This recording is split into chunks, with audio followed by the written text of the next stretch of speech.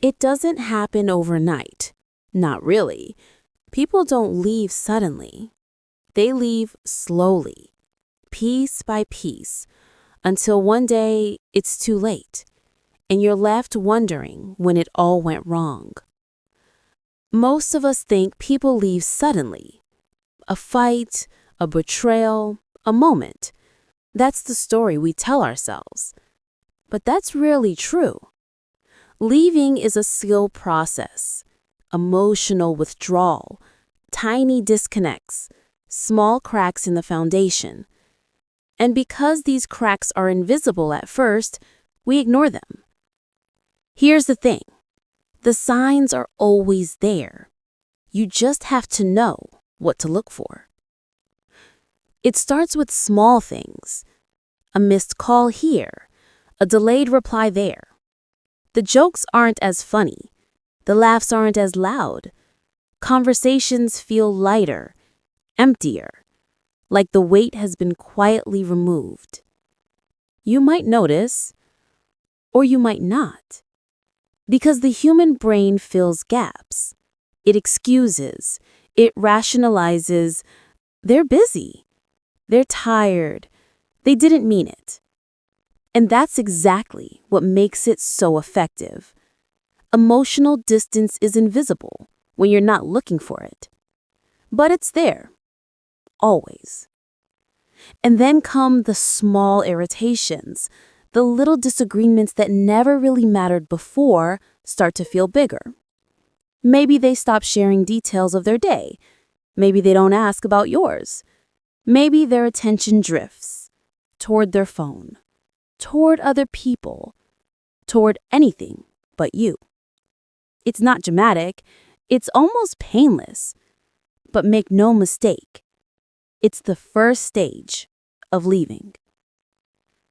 So how can you tell when someone is leaving slowly but surely? Watch for patterns. 1. Time gaps. Conversations become inconsistent. They used to call every day. Now it's every few days. Emotional distance. Their laughter doesn't reach their eyes. Their touch feels lighter. Their hugs shorter. Priorities change. You're no longer the first thought. You're the last. Or maybe not at all. Energy withdrawal. They stop investing emotionally. No more planning, no more effort, no more care.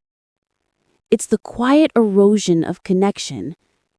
And here's the cruel part. By the time you notice it, the process is nearly complete. And then comes the moment. The point where the slow fade becomes sudden. It's the day they don't call back at all. The day they don't answer your texts. The day they leave the room and don't look back. And suddenly it feels abrupt, like it came out of nowhere. But it didn't.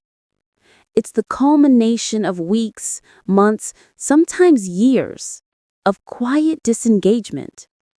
You remember the smiles that faded, the conversations that stopped, the small gestures that disappeared. And you realize this was never a surprise. You just weren't paying attention. This is the paradox. Leaving feels sudden to the observer, yet slow to the one leaving. Because it's a process of preparation, of detachment, of self-preservation. And the truth? Most people leave not because of a fight, but because nothing in the relationship is worth staying for anymore. We miss the signs because they're quiet. We assume loyalty is constant. We assume love is obvious. We assume people stay. And because of that assumption, we ignore the drift. But life isn't about assumptions. It's about observation. Notice the small changes. Pay attention to the gaps. Acknowledge when energy is no longer reciprocated. Because if you wait for drama, you'll miss the truth. The slow leaving has already begun. So here's the secret. People don't leave suddenly.